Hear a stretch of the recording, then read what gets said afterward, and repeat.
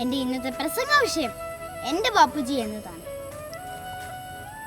മോഹൻദാസ് കരംചന്ദ് ഗാന്ധി അഥവാ മഹാത്മാഗാന്ധി ഇന്ത്യൻ സ്വാതന്ത്ര്യ സമര പ്രസ്ഥാനത്തിന് നേതാവും വഴികാട്ടിയുമായിരുന്നു അദ്ദേഹം. ഇന്ത്യയുടെ രാഷ്ട്രപിതാവെന്ന് അദ്ദേഹത്തെ വിശേഷിപ്പിക്കപ്പെടുന്നു. കുട്ടികളായ നമ്മൾ അദ്ദേഹത്തെ ബാപ്പുജി എന്ന് വിളിക്കുന്നു. സത്യം, അഹിംസ എന്നീ മൂല്യങ്ങളിൽ അട്ടിയുറച്ചു പ്രവർത്തിക്കുവാൻ മഹാത്മാഗാന്ധി പ്രത്യേകം ശ്രദ്ധിച്ചു. സ്വയം നൂറ്റുണ്ടാക്കിയ വസ്ത്രങ്ങൾ മാത്രം ധരിച്ച് സസ്യാഹാരം മാത്രം ഭക്ഷിച്ചു. സമൂഹത്തിൽ നിലനിന്നിരുന്ന മറ്റനാചാരങ്ങൾക്കെതിരെയും അദ്ദേഹം ശബ്ദമുയർത്തി.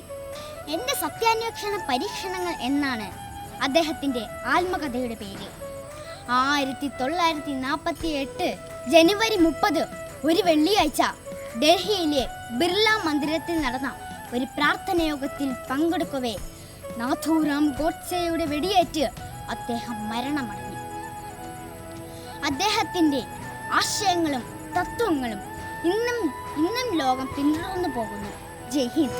എന്റെ ബാപ്പുജി കുഞ്ഞുങ്ങളുടെ പ്രസംഗം നിങ്ങൾക്കായി അവതരിപ്പിക്കുന്നത് കേരള വിഷൻ നവകേരള പ്ലാൻ വെറും 199 രൂപയ്ക്ക്.